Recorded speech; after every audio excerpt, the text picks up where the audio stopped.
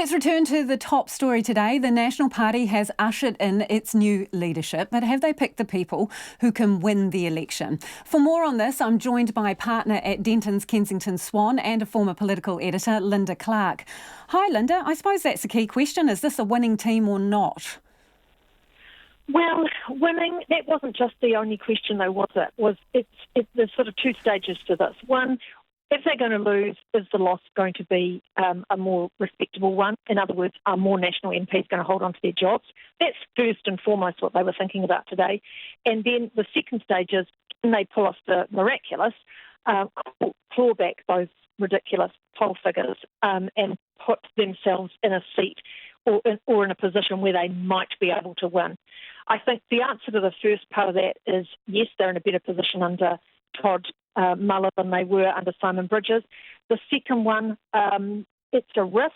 He's got a big job ahead of him. He understands that, but I think he could be the right guy. He certainly gives National a much better chance at the election in a couple of months' time.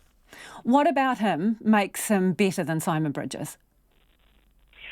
Well, let's say National, if you take out the last 8 weeks, National has actually been a very successful opposition. It has kept Labor on the back foot for a lot of that time. It has held its polling up, its popularity up in the 40s, which is actually remarkable for any opposition. It has put the nail in the coffin for capital gains and Kiwi Build and a bunch of other policy. So there are strong people in that team and they know how to be a successful opposition. Simon Bridges had a tin ear and we saw that most recently in the last couple of weeks and days even. And the public fell out of love with him a long time ago. In fact, they never fell in love with him. They never really liked him. He was very oppositional, very negative, very provocative, very bullish. He was, as his wife said, a dirty little scrapper.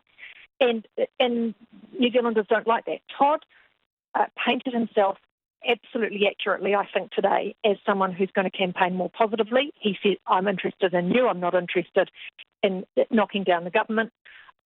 He is authentic. I mean, what you see is what you get. You just did what I thought was a really interesting interview with him. And, many people won't know who he is and will be trying to get a measure of him. That's what he is. He is just a real guy. He's actually a nice guy.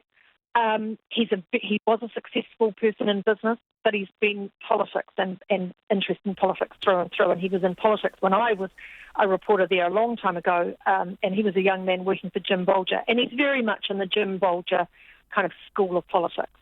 Why not Nicki Kay in the driver's seat? She's got more experience. She's been in Parliament longer than him. She's been a minister with some pretty weighty portfolios and she's got a track record for winning against Jacinda Ardern. So why is she in the passenger seat and he's in the driving role?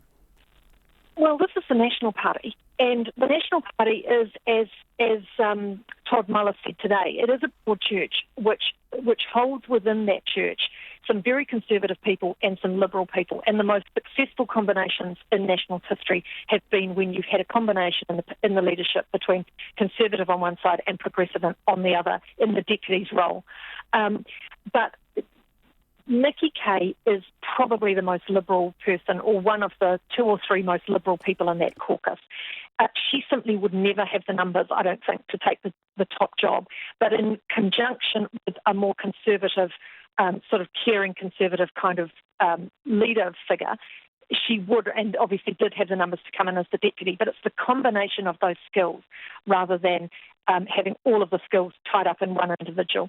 They are going to work very well as a team, and I think if you look at the body language between the two of them, I know it was an odd day today with the physical distancing and so forth, but they have a relationship that I think will be more akin to Grant Robertson's relationship with Jacinda Ardern, where the two of them are mates. You can see that they get on with each other, they understand each other, they're not going to be treading on each other's toes. It'll be very much in that kind of relationship, but obviously without the charisma factor that you get with the current Prime Minister. Just before you go, surely Paula Bennett's gone as the campaign manager? Yeah. That's it. I mean, Paula Bennett is a phenomenon in her own right. I'd be amazed if she stayed on at all, and I don't see why she should or would. because her day is over. She would have run a very negative campaign, and he has made it very clear today that he is going to run a positive and a collaborative campaign. And watch that Winston Peters stuff, because if the National Party doesn't do a deal or doesn't show that it's willing to do a deal with Winston, it will not get the numbers to get across on the night. And I would expect, as a natural collaborator, which is what Todd Muller is, that he will actually put out an olive branch in that direction eventually, because he's pragmatic. And that's why he will be valued by National. Great to talk to you. Thanks for joining us. That is Linda Clark, a former political editor and now partner at Dentons Kensington Swan.